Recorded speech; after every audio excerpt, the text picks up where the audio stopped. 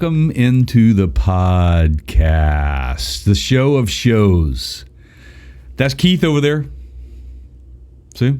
He's right there. If you can't, if you're listening, you can't see him. But if you can see him, you may not want to listen, but whatever. I'm here. How's it going, pal? It's good. You ready for today? Almost. You sure? Yeah, I just got to get my secret... my secret bottle of secrets here. Oh, okay. We're going to get to in a few minutes, yeah. Can't wait to hear about that, I got pal. it right here. Okay. There's a message on the other side. You ready? Yeah. Oh. One more? All right. One more time? Yeah. Ooh, leaked information. You saw it right here on the podcast. All right. This is leaked information, firsthand information that Keith has that apparently we're going to talk about a little later with somebody that we're bringing on air. Yeah. So what are we doing today, Jay? Okay. Well, you've heard us talking about our good friend Roth Meyers, whom was on our episode 25 podcast live from the Union Tavern in downtown Anacortes. So, to some people, he's kind of like Snuffleupagus. You know that only certain people in the Sesame Street universe could actually see. I don't know if they changed that, but when I was a kid, like not everyone could see him. Right? Yeah. Right? It was your imaginary friend, right? Right. Yeah. Yeah. I remember him. Okay. Yeah, but did you know that? Did you know? Yes. It was. Yeah. Yeah. I do. But he's not. Well, but Rothmeyer's not an imaginary friend. Up until now, he's been imaginary. Yeah. I get it. Yeah. Man, I'm just I'm excited because I get to go down to the on location in the establishment where you first met him. Yeah. And where I first met him, and he's allowed us to come in the doors today before the shift and speak to him about a nice little piece of information that he's got on our website. It's an introduction to getting Rothmeyers. And as we grow with him on the channel here, you'll understand that even more. So, what do you say? What should I? Let me. So we're pretty excited to have him as a kind of regular, recurring personality, I guess, if you want to use that word. So you've known him a lot more. Longer, more. You have more interactions with him than I do, but this is a guy that as I was trying to think about, how do you describe Rothmeyers to anybody that has not been Rothmeyers?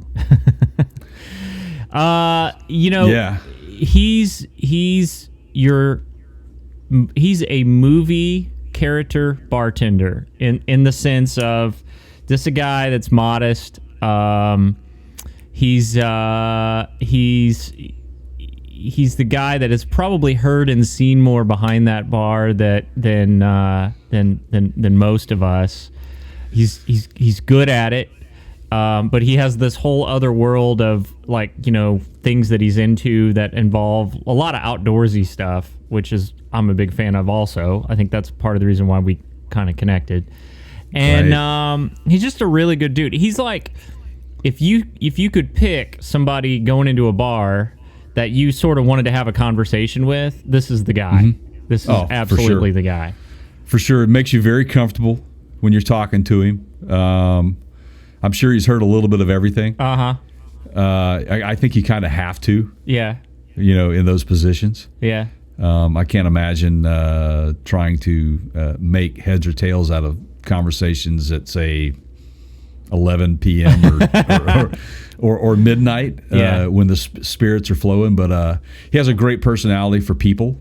Yeah. I think that's what that is really probably for me is one of the most outstanding characters that he has is the fact that he's just a good dude. And I think our audience will find the same and will enjoy listening to him. And hopefully we'll get him on many segments to talk more. But I mean, you could seriously have a podcast for hours talking about the stuff that he likes to do.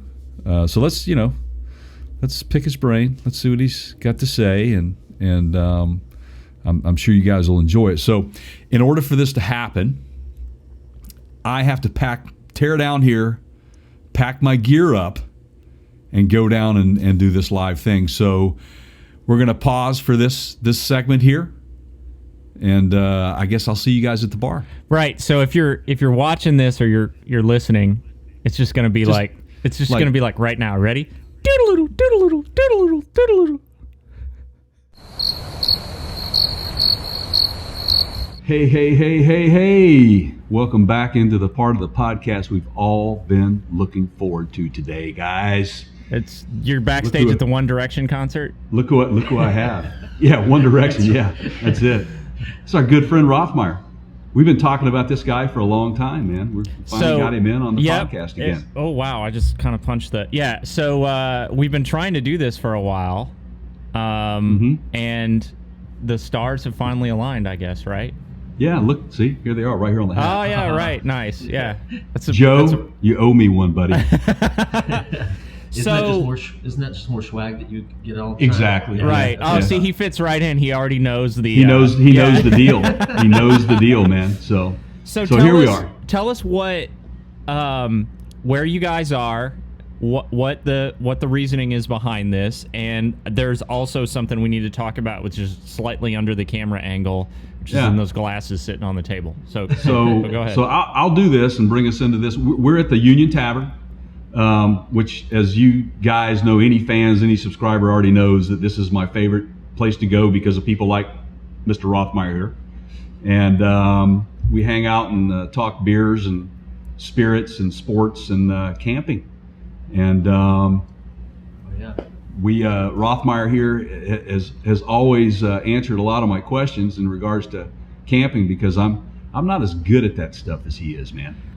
He's been doing it for a while. So it's an addiction, I think. So we are thrilled for a lot of reasons, because and I've spent a couple days around him, but the more we've sort of interacted, and the more Jay and I have talked about this, and the more this whole love of the outdoors things keeps coming up, we just know like this is something we've wanted to take part in. Right, so Rothmeyer's got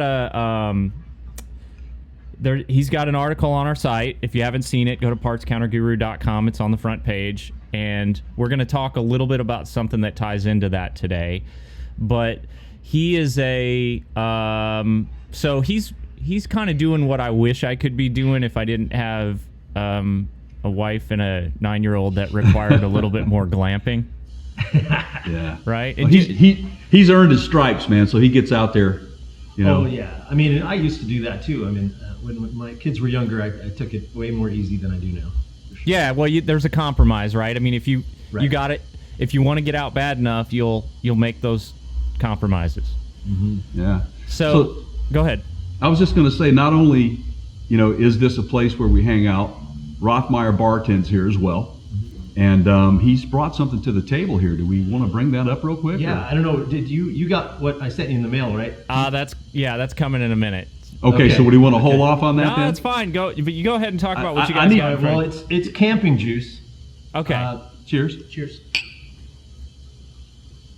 Now, are you guys are you drinking that on the rocks or not? Well, we're drinking it kind of like I would camping, except it's a little more civilized. We're not drinking it out of a plastic jug. I meant to bring a couple props like that. I have it's an old saline bottle from probably mid-'70s that my dad worked in a hospital, and he started collecting them and using them just for taking out. We put lemonade in them when we were kids, and he'd put brown water in it, is what he called it. It was Canadian whiskey. Ooh. And it's just the perfect size. I'm already learning stuff, man. All right. But anyway, so it's quite okay to bring a plastic jug with you then, huh? It's just what you do. Yeah, sure. It fits my fanny pack. Yeah. So okay. So I got a story here. So I guess it was last week it's recent. It's been like a week. I got a package in the mail from Rothmeyer, and it was a busy day, and for me it was, I don't know, I texted him, it was probably like 3 or 4 o'clock his time, and I opened this package up, and inside of it is this, like, I'm like, what is this? And the box is, it's a bear tooth. Let me see if I can get it in. Okay. So, here's the thing. Like, I look at this box, and first of all, I don't know a lot about these, but I know what they are, and I know you can't get them right now. Like, they're, you can't get them. I think next year is when you can, like, have access to buy one. So Wow. it's essentially for people that are off the grid that need to communicate. And so in other words, if your cell phone doesn't work, and I don't know that much about them, but I know, like, this is, like, I'm looking at this box and I'm like, holy, like, first of all, how did he get this? And second, wow, this is like, my wife wouldn't even send me something this nice, kind of thing, right? And so I texted him and I was like, thanks, man, right? Or something like that. And I was like, this is really nice. And he's like, hey, no problem. And then I said something else like, I'm so excited to try this out. The conversation just started getting weirder and weirder. Like I was like, do you remember what I said? Like, it was. I don't remember exactly, but I got the clue that you thought it was a bear tooth, and I was like, oh man, I didn't mean to. I didn't mean to let you down. And at some point, he goes, "Wait a minute." He goes, "There's just camping juice inside, right?" And I mean, Jay, like, if you knew, like, the electrical tape job that he did on this box was just, it was perfect. It looked factory sealed. Masterful. And I'm looking at this thing and I'm like, oh, so that was just a great, like, that was honestly the most memorable, like, moment of the week for me. But awesome. I got inside, and this is the same camping juice that I think you guys are drinking. Very close, anyway. And I brought 2 glasses up here with me. I brought one with rocks, which is now turned into water, and I'm not going to use it. And then I got this one, so I'm gonna partake join in with you. Yeah. Excellent. It's taken all of my sort of self-restraint to not hit this before today. Well, while you're fixing, you're going through, your mind of, this is how I want to have this. Oh, you're already there. Okay. Cheers. Well, yeah. Cheers, guys. Cheers. So go ahead. You were about to say. Well, we talked about what was on the website, the piece that Rothmeyer had written. He sent it to me, and I just was blown away. It encompasses everything he likes to do and wants to talk about. So I highly encourage any of our fans to go to our website and read that. And you're going to pick up on a few things that I personally didn't know about him until reading. And so that's brought up some good conversation since then, as I'm sure that it will bring up questions, hopefully, on our website, which, by the way, if you read that and you do have a question for Rothmeyer, there is a place that you can go email him or contact him. And where is that, Keith?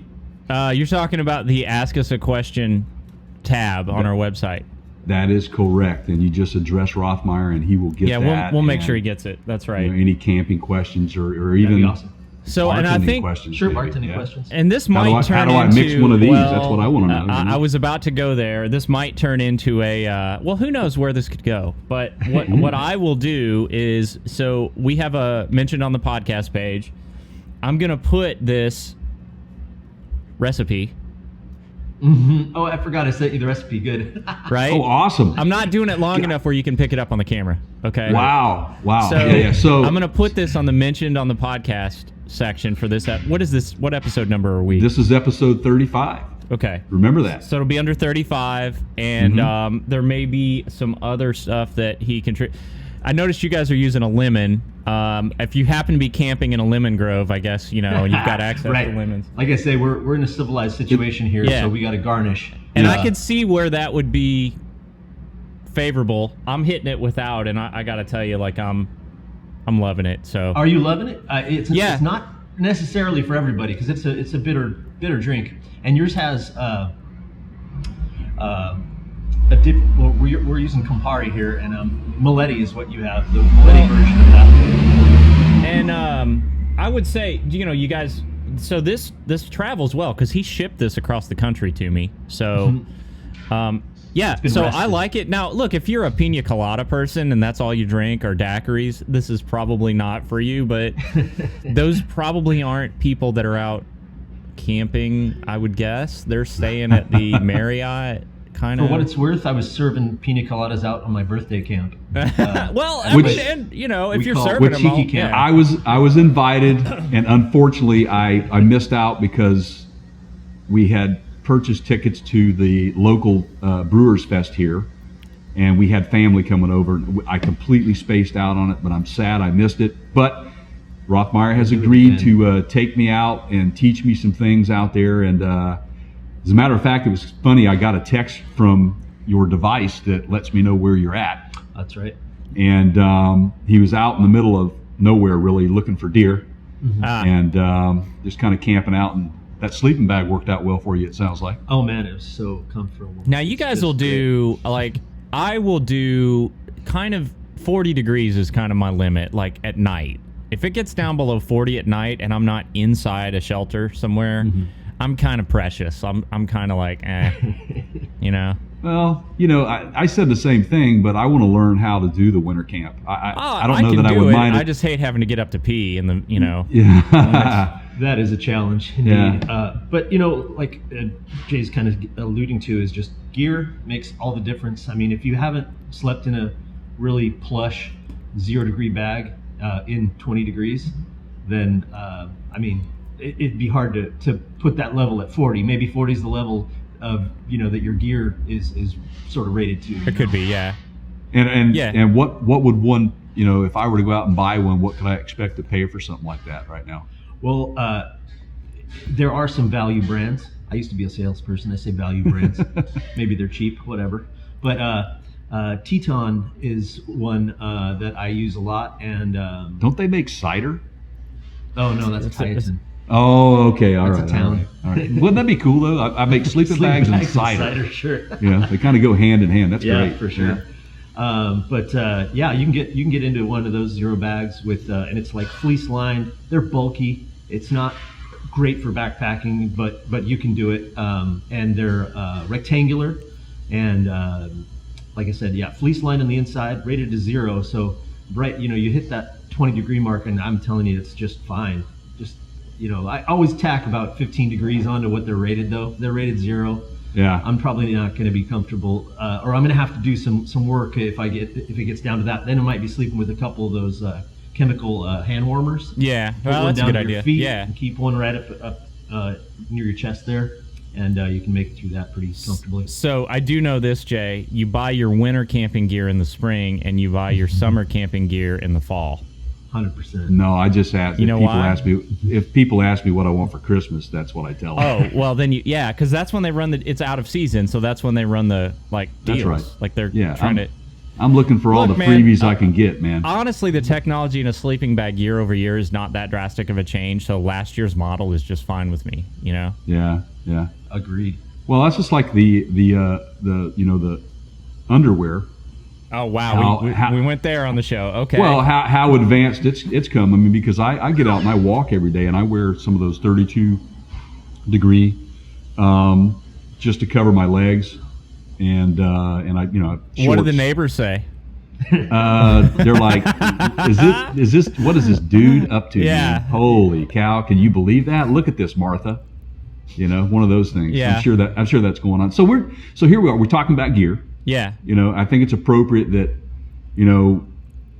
we were talking, what do we want to talk about on this podcast? And, so I think, so first of all, it was really hard to just go, let's just try to keep this short, because we could sit here, the three of us, and go on until all day, all day. Mike gets fired. I do the rabbit trails really well. And and so I think this is why we just want to do this as a regular thing, because there's so much that we just are excited to get into here. But Jay, you guys worked out something on your end. What did you work out? Yeah, well, we discussed what we thought would be a good fit for the first segment that we're doing with Rothmeyer. And, like you and I were conversing back and forth, that article that he wrote, and again, I encourage anybody to read it, because you're going to pick through probably 100 things that he says in there that you want to know about.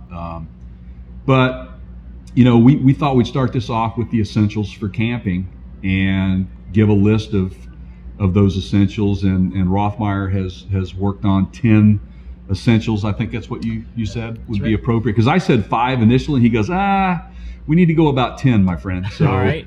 So I said, hey, the floor is yours. So Keith, you want to? We could do 40 essentials. We could do, yeah, there we go. So yeah. Yes, I have one important question, and I meant to ask this before, and I forgot, and now I'm down here looking at the recipe again. I'm going to give away one of the ingredients in camping juice, but I just want, let me ask it this way. Bourbon is one of the ingredients. What bourbon are you guys using in the one that you're drinking? Today we're using a Knob Creek. Okay.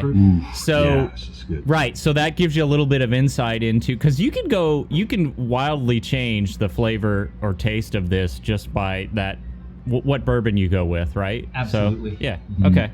I'm anxious to see if that's actually one of the essentials. It's an interchangeable kind of drink too. I mean, I don't think I'm ruining it by saying it's based on a drink called a Boulevardier, which is just like a Negroni. Negroni's gin, but then a Boulevardier is bourbon. So same ratio, but you can switch up a bunch of things. And this kind of came about 15 years ago when I was camping with Tim Moffitt. We were doing some backpacking, and we used to just bring straight bourbon, but we're both bartenders, and so we started mixing. And this is just the one that kind of came up. And actually, Tim does put orange peels in his, and I think it just brings out a little too much acidity once it's been sitting in the booze. It just it brings it out quite a bit too much too. But so you guys have lemon or orange peel in the one you're drinking now? Orange. Yeah. Okay, sorry. Okay. Yeah, you can't see. But you didn't put it in the drink until you made it. Correct. And that's what you're talking about, is if you leave it sit in there, it's gonna change. Yeah. Real. It's Yeah, gonna it do its gives thing. it. I felt like the first time you mixed one of these for me months ago. Did the I? first time we were just sitting around and they were he and Joe were having one, and I'm like, Oh, there you go. can I try one? It's an evening campfire for sure. Right. I could do it in the summer. I could do it now. I could do it when it's really cold out. This is perfect, man. I mean, I'm enjoying the heck out of this right now. Now I understand. I'm not going to stop talking about this unless we get, because it's okay. So real quick, he had mentioned Tim. I texted you a picture of a dish that was being served at a local establishment here the other day. Do you recall that? Why? Sure. Why? Yes, I do. That's who he's speaking of. He is the proprietor of the establishment. Yeah, he owns A-Town Bistro. A-Town Bistro. Oh, that picture. Okay. And I said to you, next time you're in, I want us to have reservations and go in and have a really decent meal. It's that's a great establishment. I love going in there, and it's they have a unique ability of pairing. It's quite interesting, and they have a great staff back there. All right. I got it. So yep. Next now time, put that on your put that on your clipboard of fun the next time you come in. So, all right, okay, done.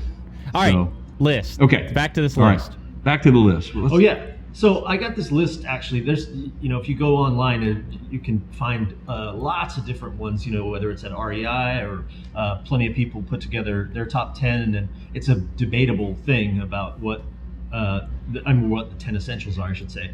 But mine, I have a rather inexpensive backpack actually, and on the upper flap of it, it has it printed, had the 10 essentials. And so I'll just go down the list here real quick. Check that out. Okay. I thought that was kind of funny too. That's almost like a quarterback having the plays on. Yeah, the playbooks there. You have to start at the bottom. We're going to do this David Letterman style, so you got to start with the least most important. Oh no, and I don't think it's in that order. Well, then you have to do it on the fly, I have to put it in that way. Okay. Least important. No pressure. No, this is easy. I got it. Whistle. Okay. So after I go through these, I want to go through and augment, because a lot of them branch out. No, do it now. Purposes. Let's talk if there's. In my notes, I actually under whistle, I just have gun. Okay. So I don't know. Like a lot of times people are using whistles to scare off predators, which is really not a huge issue. Or my wife was arguing with me about this last night, and this is what happens with lists like this. You're going to get pushback from everybody. Yeah. And, bring the emails on. I'm going to hear it all. I like controversy. Sure. Yeah. Yeah, I got a question for you. Okay. All right. So, man, we're about to open a whole can of controversy that nobody in the world was prepared for. There's no way. So in most of, I do a lot of national park.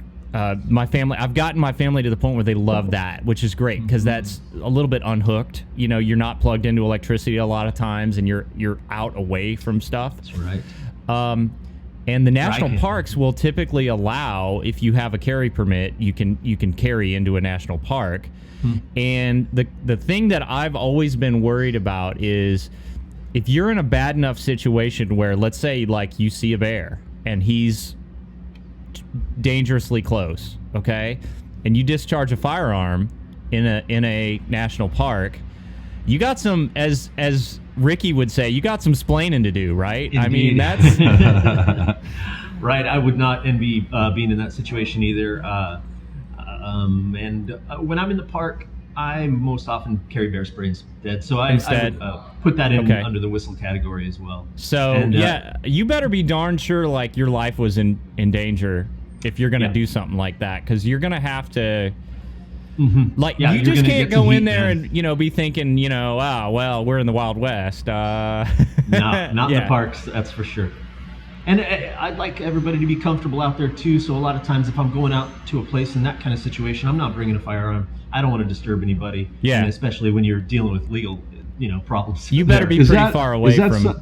Is that something? And forgive my ignorance here on that, but when you go to a national park like that, is it very similar to say like an airport where you have to check your firearm, or you just have to have the permit with you? So the way the ID, park, and there's a statement on their website. The way they view it is that they respect the whatever state you reside in and whatever legal permission has been granted to you by that state is typically honored by the national parks, with the exception of their buildings. Meaning, like if you go into a visitor center, don't do it. Don't try to. You're on federal property. That's just like an airport. Don't right. I mean, it's just like a bar. You wouldn't want to carry it into a bar either. So but please, you got to think about it, because this covers not just national parks but BLM land and all that sort of stuff. And there's people that legally have reasons to use them in that. But the other side of that coin is, man, you get a lot of people out there that think that they're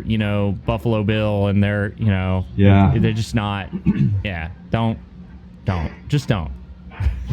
Right. And so that does go into that category too. I go out alone a lot, and to be honest, I'm probably more worried about people than anything.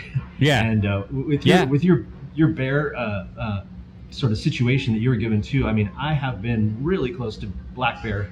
I've been farther away from grizzlies, but real close to black bear, and I'm telling you that they just run away every time. Like they're not even curious, not even anything. Yeah, so, that's the way you want it. That's interesting. If a person does get attacked by a bear, what are they doing wrong, you think? I mean, are they just not? There's so many different things. They could have a pet with them, like a dog will do it. Yeah, of course, food. If you're leaving your uneaten steak in your tent, that's probably a bad idea. Wait, so you can't leave food in a tent, but that tent's zipped up, man. I mean, there's no way they can get in there. There's no way they can penetrate that. I violate that a bit myself, but yeah, keeping anything that smells out of your tent is a good idea. Again, and I'm talking about for your own sort of well-being and your feeling of comfort is what I'm going for. I violate it all the time, and I think we have bear out here that are pretty trained in the right way, that we're not a reward. The tent's not a reward. A person is not a reward. And so, yeah, I think I might have mentioned that in the article. I'm not sure, but you did. I always cracked up on the portion of the article where you wrote about the mouse in the cooler. Yeah, the mouse. Folks, you got to read it. We're not going to talk about it, but the mouse in the cooler, you have to go find that. Yeah, it triggered some. So, and it's worth mentioning too that where Rothmeyer is camping, I'm doing the finger quotes, is a little bit different than where if you're just getting into this, even if you go to a national park, and you're going to have some space in between you and your neighbors in a national park more so than you would at like a public campground or that sort of thing. But he's going into more of a backcountry is typically the word I think that people use. So please don't try to start there.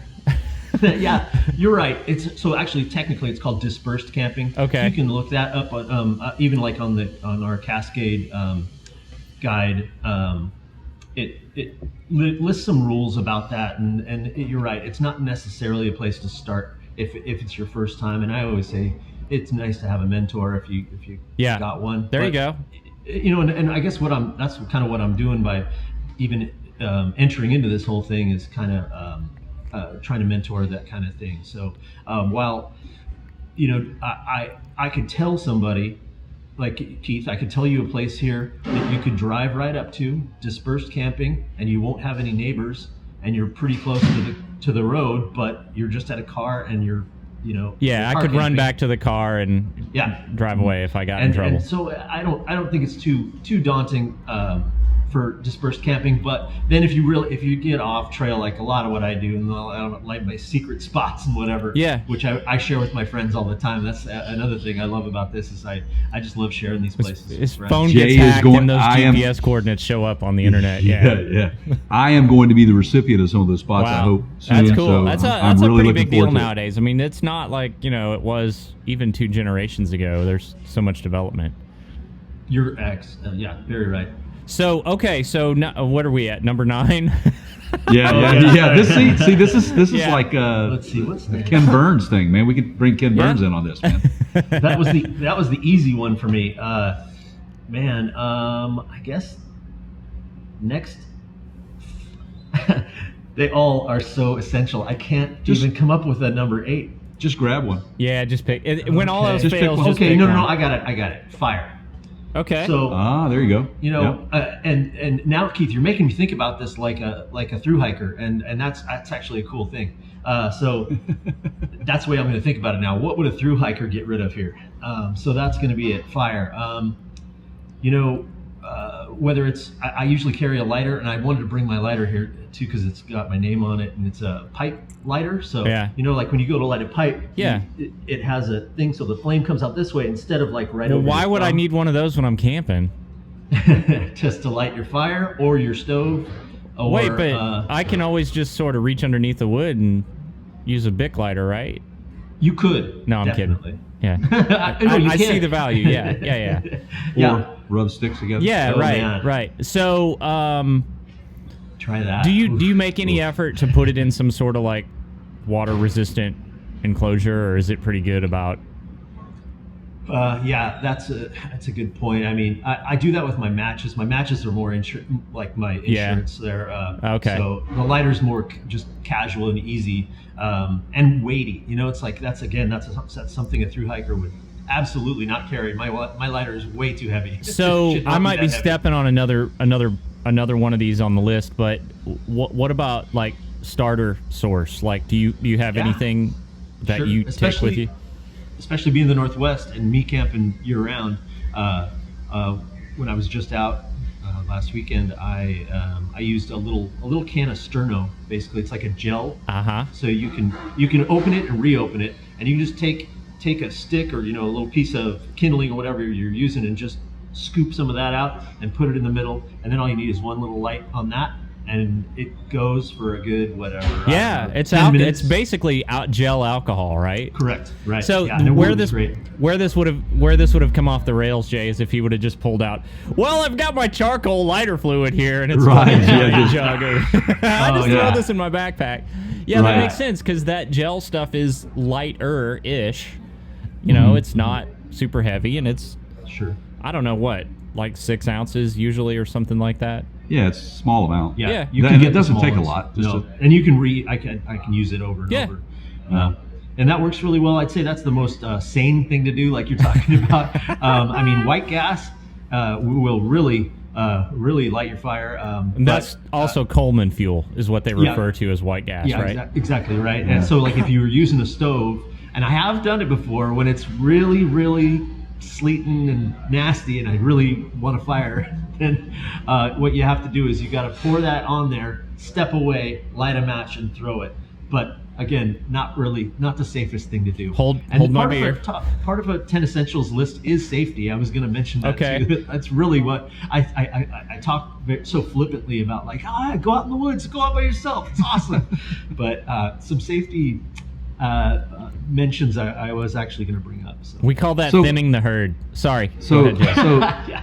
I read this, and I could be wrong. I mean, this may not be popular amongst campers, or backpackers or through hikers, but if you don't have those types of essentials on you, and you run across, say, some deer droppings or moose droppings and stuff, could you, if they were dry, you could burn something like that to get the fire started, couldn't you? I would say probably. Never tried, but yeah, I mean, that's a historic thing that people did for ages. May not recommend flavoring your steak with that, but keep watching our YouTube channel, where we're gonna have our separate video of Jay trying to light deer dung. Animal excrement. Yeah. Okay, Deer that's dung. good content, right? Good, yeah, challenge. Absolutely, man. Yeah. Hey, you Can gotta do it in an survive. Australian man, right? voice? Challenge. I ain't burning my underwear, man. All right, what's next? Let's see. I'm gonna say this is gonna sound funny. Oh gosh, no, that doesn't work. Okay, again.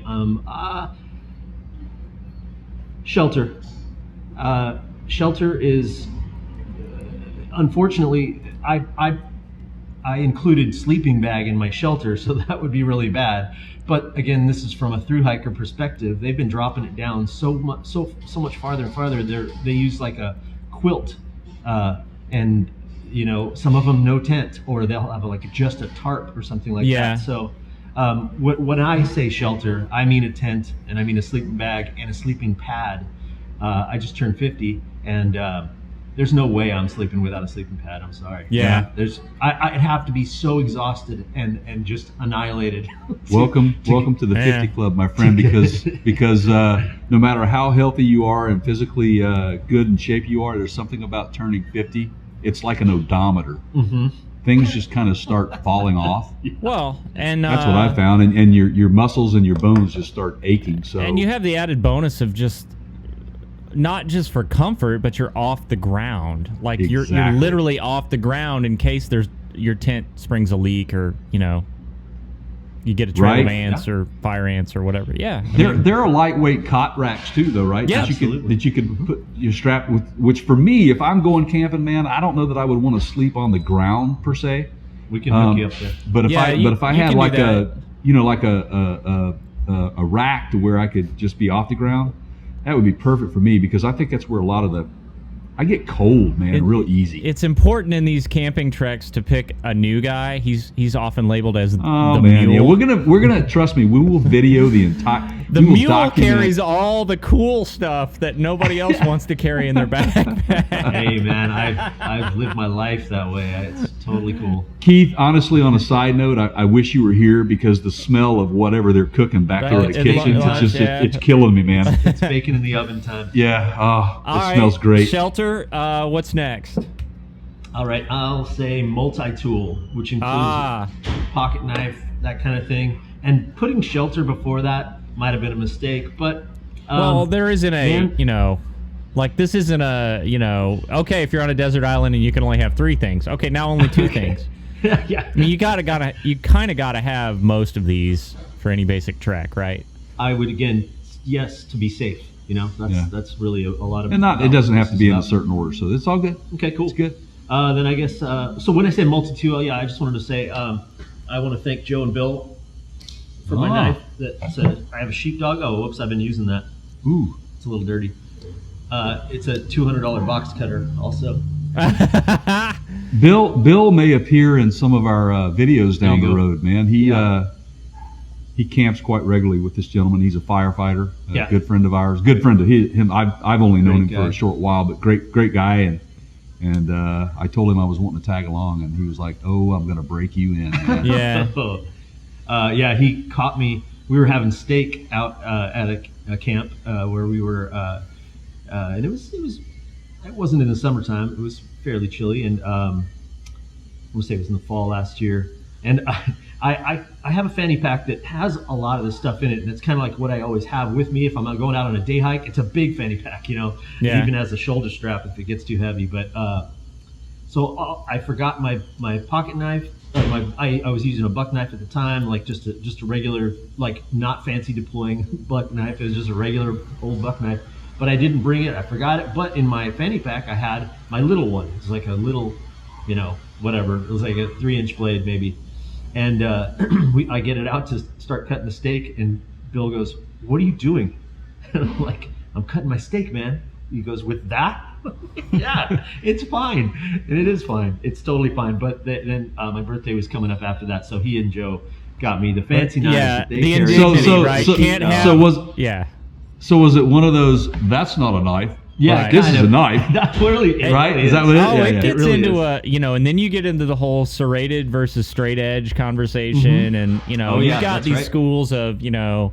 I would think though. I mean, look, if you're just getting into this, have something, you know. Yeah. And a multi-tool really does come in handy, whether it has pliers on it, sometimes has screwdriver heads on it. Man, it's amazing when like you'll go like, how am I going to fix this? You know, this thing Screws is back broken. out of a Yeah. tent pole, or I Anything, may have to have some guidance on my multi-tool because I think I would probably want a corkscrew on there. Oh, for bottles of wine. I mean, yeah. yeah. There's ways around that too, but yeah. Oh, really? Yeah, just See, I'm punch that sucker right in Yeah. there, man. I can't wait. See, Well, here you go, man. We're or, talking rough. I mean, see, I would now. I would put it in a bladder before I left to just not have to carry the glass out there with me, but you know, whatever, because you just drink it The along wine, the way. yeah. No, you're right, Keith. Yeah, and you know, not to get too much into the bar industry too, but I mean, box wines come a long way. You know, get one already in a bladder is pretty nice. Yeah, there you go. That's the most valuable tip of the day right there. All right. Let's see. Okay. We're up to number, depending on which way you're counting this would either be number 6 or number 4. Oh yeah. I guess I'll say sun protection. You can Ooh. see I'm a little sensitive to the sun. I gotta have my glasses. Oh, on. sorry. This is With number it. 5 right in the middle. My Yeah, bad. yeah. Yeah, Figures, sunscreen. right. Well, that's it figures I'd put him in line with the tanning bed. man, No, you know, that so. actually is often overlooked, and people don't realize, like, well, just because you're not at the beach doesn't mean you're not still out in the sun all day. Oh man. I When mean, it's why do you really think on those you- guys working the highway crews have the like full head cover and the long sleeves, and they're That's up in right. the mountains working, but they're still covered, right? And it doesn't stop with just the lotions because people are sensitive on the lips. So I mean, you know, you got lip balm or whatever to help protect your lips and those sorts of things. So I would carry that anyway. Exactly, and that crosses over into another category of first aid. But you know, having that right, like you say, lip protection is. If it's summertime, and man, I better have a big brimmed hat, and I better have sunglasses and some sunscreen cream to put on me, and maybe some cortisone for my lips or something like that. On that note, when you are out hiking and backpacking and camping in the summertime, do you most of the time wear long sleeve shirts and pants, or do you prefer having like a great pair of cargo shorts or whatever, backpacking shorts and short sleeves, or how does that work for you? I actually really like zip off pants. So like you got the option mid trail to change your mind, because sometimes you go through really brushy or nettly or stuff like that would just scrape you up and really beat you up, and then it's nice to have pants for that. But man, when it's hot, I want shorts on. I definitely don't want pants on. And most of those zip off ones too are really good synthetic. And that's what you want to. You want it to be able to dry, and you want it kind of like. Yeah, because you want to, like, if there's you come upon like a stream or a river, and you're just super hot. Yeah. You're not going to turn a good cool off away, man. You're going to get in. You know. Yeah, I'm not one of those glacial dunking people. Like I yeah. met a few of those, and I just go like, "What are you doing?" So the long sleeve, I'll say that actually, you know, we were talking about how technology hasn't really come that far year over year, but over the past couple years, like the shirts and the long sleeve stuff, that's now all this like moisture. We're basically going back to what your dad wore in the 70s, but it's got a lot of like polyester and stuff in it. But it's come a long way. Like, I've got a lot of stuff that I'll wear out in the middle of summer when it's 90 degrees out and it's long sleeve, but it's, so I don't get burned. But yeah, I'm with you on the zip off pant, man. I've got like probably 5 or 6 different. Well, and look, that weather can, if you're more than 20 minutes from your car, and the weather can change quickly at higher altitudes, especially, be prepared, right? Oh yeah, yeah, definitely, and it changes quickly in this area. Oh, absolutely. I mean, there's so many microclimates around here, right? I mean, it's just incredible to me. Like north of us, last week they had a winter storm warning in the Cascades around Mount Baker, and then here we weren't that bad. We had a lot of rain, but that was just an enormous amount of rain. So yeah, if you're camping in Kansas, maybe a little bit of a different story. Right. Get dodge the tornadoes. Right. Yeah. And sometimes you can weather a big unexpected downpour. And either I've done a quick temporary shelter because you can just tell it just comes over and you get blasted, and hopefully you can get yourself into a little shelter or under a huge rock sometimes too. Then the rest of the trip is fine, and then maybe you didn't need to bring a full-on poncho or something like that. Right. Do you bring any of those like duck back, like a waterproof bag that fits over your backpack? Is that on your list that I just step on something or? Not at all. I usually take that out of. They usually come in it with a backpack these days, and I usually take them out just for saving weight because I haven't had any issues with that. And my wife just got a new backpack that is a roll-up ultralight and is waterproof too. And I'm really set to get one of those things too, man. And I can't remember the brand name, but it is cool. And I have dealt with getting gear a little wet by sacrificing that sometimes. But again, it's just something that I never have too much of a problem. Even if I'm out for 2 or 3 nights, just drying out. That stuff's pretty good now. Yeah. Yeah. All right, we've got 4 left. We got 4 left, man. So what's the next one? 4 left. Oh yeah, that's right. I alluded to first aid, so I'll take that one next. Like stuff. What's it called? Moleskin for your foot. If you're hiking a long ways, it's really nice to have that. If you're blistering up, because man, once you're blistered up, it makes hiking miserable. And you're just the basic things. I don't really get into my first aid kit very often, and usually I will kind of buy a pre-done, like the pack first aid kit that you can get at anywhere, and then I'll go through it and get rid of the things that I don't need. The thing that's going to cut the gauze, and I don't. Yeah, because you've got your multi-tool. Okay. Yeah. All right. So let's talk. So just 2 or 3 things that you need in there, right? So Band-Aids, obviously. For sure, Band-Aids. Yes. Like an antiseptic ointment kind of thing, right? Yes. Okay. And then what? Gauze maybe, or some sort of wrap. Yeah. Gauze and tape. Actually, tape would be important. All right.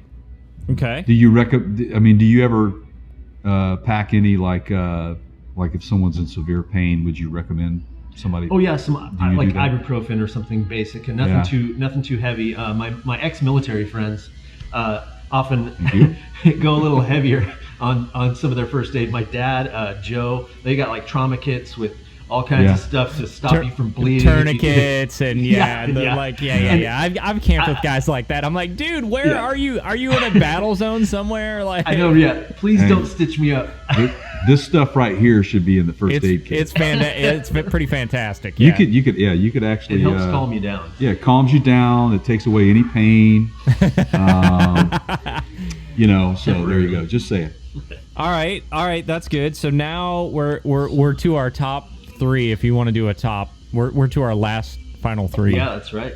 I guess next I'll go. I'll say navigation. It is important to know where you're going, of course, and I recommend plenty of research. And again, I kind of want to do a little shout out here. This gal, Rachel Lakotic, I think is how you pronounce her name. She's been missing out at Hidden Lake Trail since the 17th of this month. And, wow! Now they're doing. Yeah, that's right. I've seen stories on it. She's been all over the news, and my heart goes out to the family and everything. And I don't know what happened. Who knows? Because they haven't found her yet. But that's the type of thing when I talk about navigation and safety and all this sort of thing, man. I personally can't imagine getting lost. I've never been lost, contrary to what you might hear from some other people. I might have been missing to the people that expected me home, but I was never lost. So this was an overnight hike. I'm just looking at the newswire here because I didn't know about this. Hidden Lake Trail in Skagit County, Lookout Cabin. So she was trying to hike 7 miles to a lookout point. Meet up. She was supposed to meet up, but she didn't show up. Okay, so let's. Okay, so we're talking navigation here. So yeah. So let's clarify that a little bit, because to some people that maybe haven't done this before, they're gonna go, "Well, I got maps on my phone." Yeah, that's good enough, actually, right? That's actually where I'm at. Is I use technology for sure. Whether it's like I have a Delorme satellite unit, so I can text anywhere. Yeah, and I got that it was pretty cool. He sends me a text, "Hey man, I may not get back to you, but it's awesome." You can hit the little icon and see where the person's at. Yeah. It's also a, what do you call it?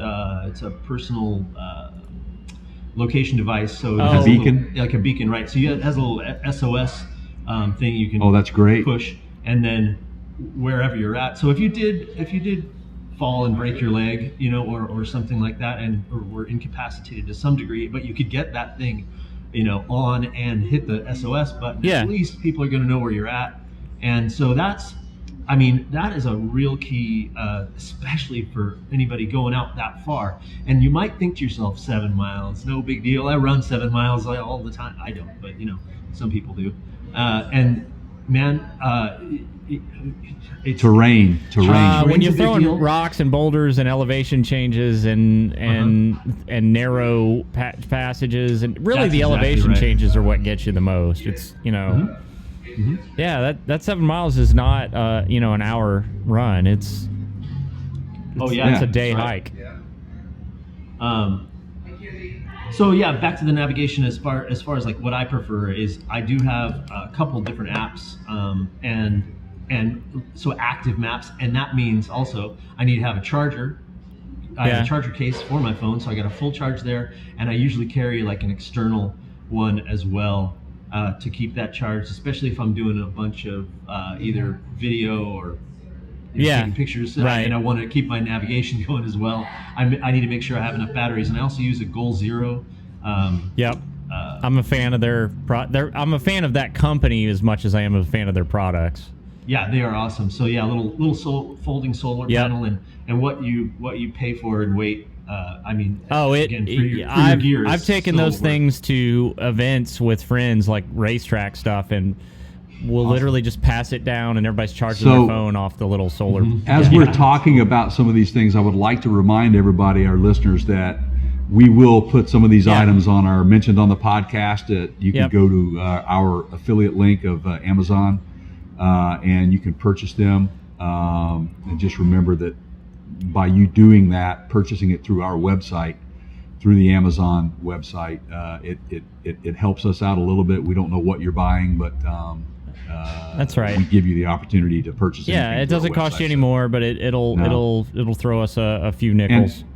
And might I ask, you said battery pack too for charging, like a little recharger? Right, just a little. That wouldn't happen to be like a lithium ion type battery, would it? Oh, it probably is. I don't know. Imagine that, Keith. We were just talking about that. Yeah. Lithium ion. Yeah. On the we're going into, they're using them in electric vehicles, and it's a whole other can of worms. I must have missed that one. It hasn't aired yet. Oh, it hasn't. Okay. Yeah. It will have by the time you see this. And I'm gonna go Compass, whether it's Compass app on your phone, which is fine, or if you got to get one of those like waterproof match containers that has a compass on the bottom or whatever. But sure. If I'm looking at this trail map before I leave, and I know that it pretty much runs, southwest to northeast, and I get turned around, well, if I just basically start heading back in the, northeast direction, generally speaking, I'm going to be better off. You could do the whole where's the sun and all that, but if, the sun's not out or whatever, just compass is not a bad idea. Phone A compass compass is fine. is great, and actually having a map of where you're going is great too. But yeah, I'm just saying I rely a lot on the technology. But that's the whole thing too. Is if you're new, like do the sure thing. Go ahead and have a map of the area you're going to, and keep it and know how to use it with a compass. Go to Google Maps and just print it out on your computer. I mean, it's not even like you got to buy, a printed map. One of the things that I've always seen on some of these situations where people have gotten lost is that they fail to tell somebody what they were doing or where they were going. Yeah. And I mean, I always thought that as simple as that may sound, it's so important, because if you're due back at a certain time and you're not, then that alerts people that, he's still out there or she's still out there, and we should probably start looking. Right. Yeah. It freaks people out. Yeah, you don't want to. Here's where I'm going, and I'll, within a few hours, here's when I expect to be there. Yeah. Look, man, we don't need any more Batmans. You're not out like on a secret mission to, tell people where you're going. All right, so we've got, I think we're down to 3? Two? No, I think we got, is it 2 more? No, we got 3 is more. Is it 3? Okay. I'm really bad at this math thing, but I can find my way in the woods. Right. I guess next one I say flashlight, which means headlamp to me. I don't need to hold anything in my hand. That's just hindering. So there's so many great headlamps out there, or even clip-on if you want to clip it on your hat or something. But it's, especially this time of year in this area, if you are out there without a flashlight, it is terrifying, because you can't even see where you're taking your next step. Just getting out of the tent without a light. And I love that, because it means, a lot of times you got amazing views of the night sky. But yeah, you're for sure. We'll talk about that in a later podcast, about one of the things that really intrigued me about Rothmeyer is him getting out. He likes to get out and be isolated. Yeah. And it's healthy, man. We had that conversation. Well, we had that conversation and said, I don't know that I could do anything like this by myself, because I just like being around people. I'm pretty social. I do that for a living, though. Right, Yeah. I know. So I mean, we all have our little thing, our things where we like to escape. But for me, escaping is putting on a Led Zeppelin album with my headphones, in another room. So you would be amazed at the amount of sort of figuring out of things that happens when you're out without. Oh, he talks about it in the article, and you need to read the article, folks. I'm telling you, because he gets in touch with himself. Yeah, that's pretty important. It's quite a meditation. All right, 2 left, man. We're 2 left. Let's go. No, go ahead. Sorry.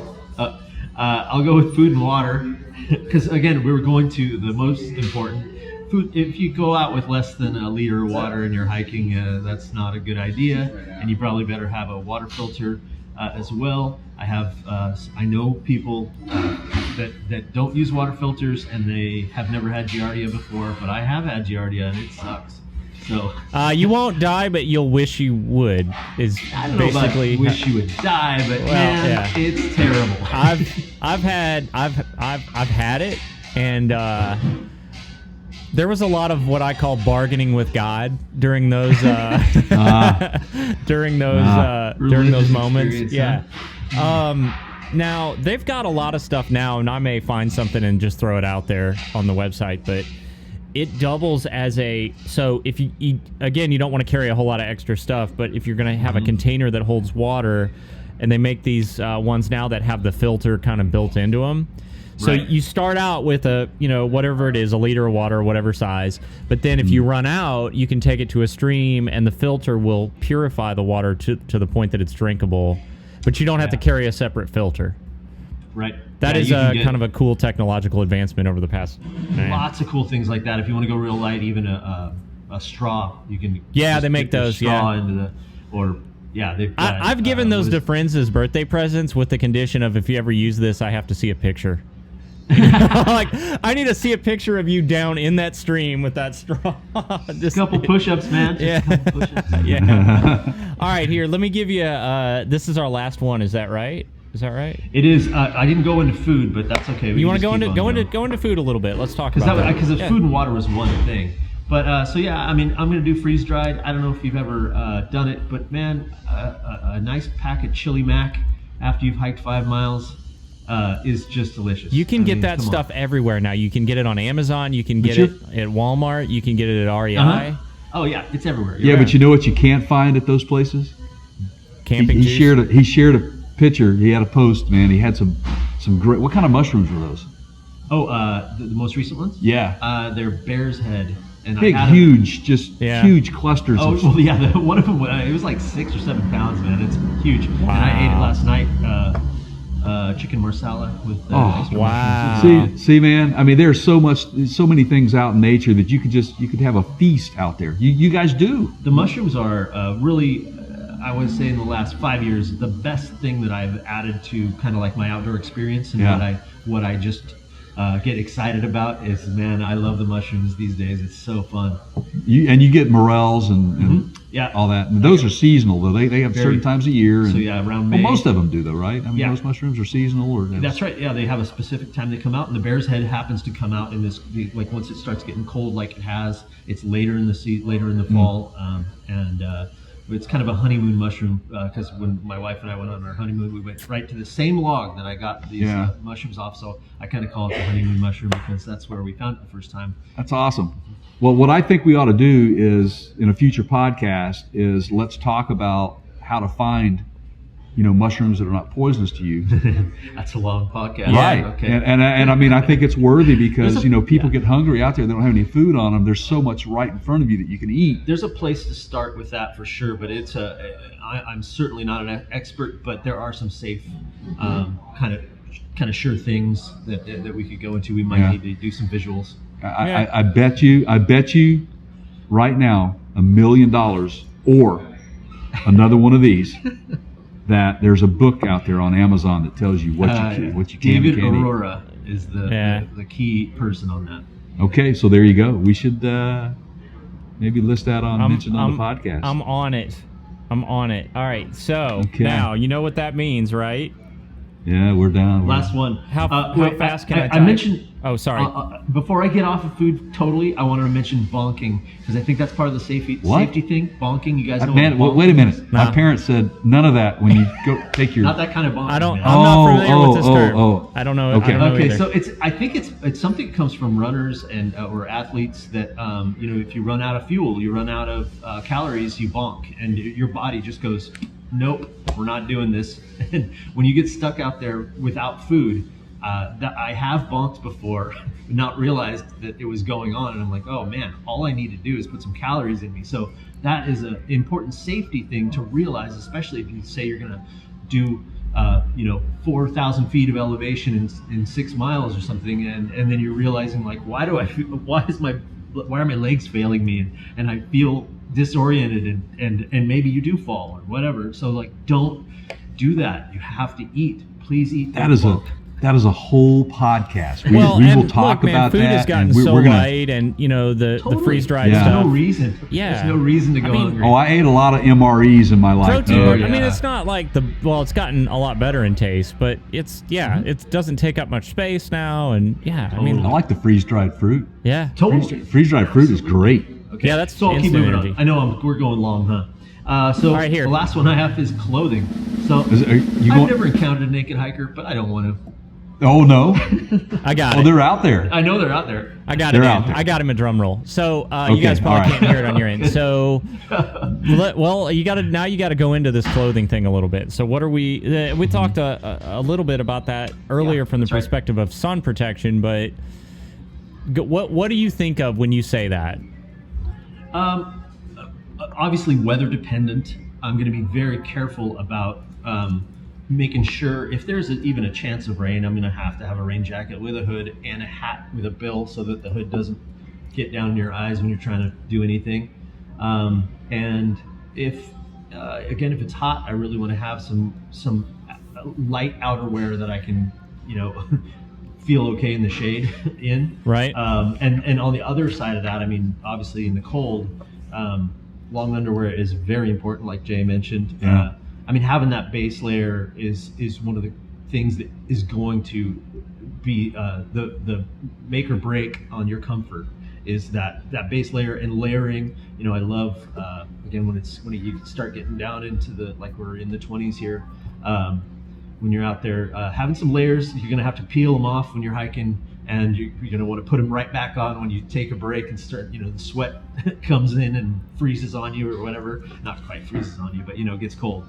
So, and I guess a good thing to mention too is that heavy doesn't always mean good layering either, does it? I mean, the lighter the layers is better because you kind of peel away. And again, synthetics are the way to go. You got to watch those around the fire, of course, because one little spark will put a hole in your polar fleece.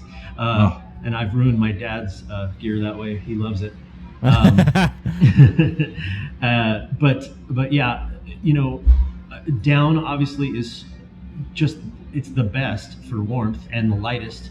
And although it's worthless if it gets wet, so you got to make sure that the shell of it is waterproof or Gore-Tex type, something like that. I know there's a bunch of different products like that, but I always have to make sure I have in the cold weather I have a thinner, light kind of like warm jacket that's like a down layer, or even a synthetic type of whatever is it, Thermalite or whatever. Yeah. But I have a big puffy down jacket that is waterproof on the outside, and that it just saves my bacon every time. So basically, if I'm showing up on my first camping trip, I'm going to use the finger quotes again, tent camping, or some sort of like non-fixed shelter, and I have this notion that I'm just going to like basically check the weather forecast and dress for 2 p.m. temperatures. That's probably not the best plan. I should have highs and lows. I should be mindful that the weather, I should count on the fact that the weather will change on me while I'm out there. Yeah, 100%. All right. The sun goes down and the wind picks up, and then you're looking at wind chills too, and that can get ugly as well. Yeah, and paying attention to that forecast, man. Definitely. And again, because in certain areas like where we live right now, you have to be very cognizant of where you're going because of the microclimates that happen around here. I mean, we're so close to the ocean, and we're like so close to the mountains. I mean, weather changes. I mean, we'll have. We've had. I don't know. I've not lived here all my life, and I know you haven't either. But you've lived a lot of your life here. Most of it. I mean, they've experienced several tornadoes here just recently. Yeah, I haven't seen one, but yeah. That I thought. I mean, moving out of Tennessee and moving out here, I'd never see another tornado. But here we've had several that have caused damage. But I think it's important. And to pay there's certain areas that are known where y'all are. Y'all. I'll just go ahead and say it. Yeah. That are known to kind of create their own weather, right? Like if you go, there are certain areas or certain convergent ranges. zones. It's like, whatever you're feeling right now, when you get there, which is 20, 30 miles away, it's going to be, completely different. That's your microclimate situation. Absolutely. I mean, right where we're at, we're actually in the shadow of the Olympics. So the rain shadow is what they call it, right? So here it may be pouring rain over on the peninsula, Port Angeles and Sequim. Or even Mount Vernon. We're in the banana belt. Yeah. So it's like this big hole of where there's no rain occurring because of the shadow. That's your next podcast. Is all these local aphorisms for locations and wow. So. But there you go. All right. So Jay, are you? Would you mind doing the honors of sort of telling everybody, the usual who, what, absolutely. when, where, how, why? Guys, guys, look, we are doing this because we love it, but we need your support. So if you'll head on over to YouTube and follow us there at Parts Counter Gurus. If you'll click on that subscribe button, click on the bell, give us a thumbs up. Remember, the subscription is free to you, but it's priceless to us. You can check us out on www.partscounterguru.com. You can check us out on any of these podcast platforms such as Spotify, Stitcher, TuneIn. We've got Apple Podcasts. We've got Google Podcasts. We have you covered, my friends. We are there to help you out. Just if you have questions about what we talked about today or any automotive question, you can reach out to us on Ask Us a Question. We have a tab there. And just keep checking out our website out for events that are coming around. We're going to be headed off to SEMA I think by the time this airs, we will probably be there. Check the website for live event notifications, partscounterguru.com, or it's watch going to our be so Facebook fun. page. Yeah. Watch our Facebook page for Facebook Live events going on. We're going to be hopefully talking to some interesting people there. Which Rothmeyer, I wish you were going to be with us because SEMA has an Overland section.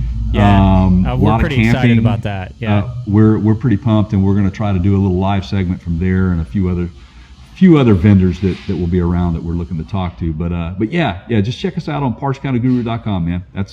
You'll find everything that I just mentioned there.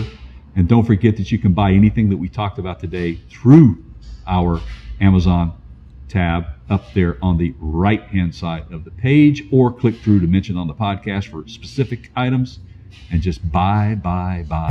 Have you been practicing this? Because it's like, no, when you've done it, like, I don't know, 35, 36 times or something 35 times to be exact. It doesn't cost you any more to if you're shopping on Amazon, right? No, it's an affiliate Absolutely. link. Good point. Good point. Yeah.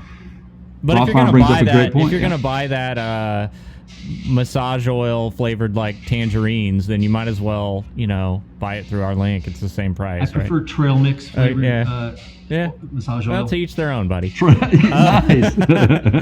All right, are we good, guys? Everybody good on that? Oh end? yeah, we're All good. Right. Thanks we're good. for having So let's see here. I've prepared a little joke, but before I close out with that, thanks to Rothmeyer over there. Thank you. For showing up to this one, and Jay also over there. I am Yes, Keith. Here's this is a bad one. I apologize in advance. But did you guys know you cannot run through a campsite? You can only ran. Did you guys know this? I did not know that. You know why? Not. Why? Is that? Because it's past tense. Oh. All right, I told you. It was gonna Okay, be bad. guys. All right. Okay. See you next time. Thanks, everybody. See you next time, guys. Take care.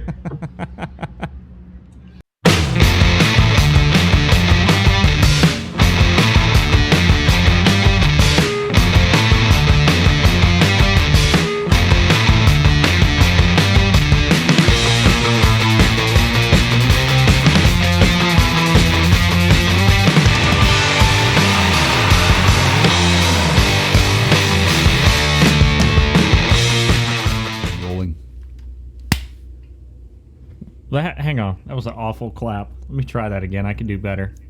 You got the clap?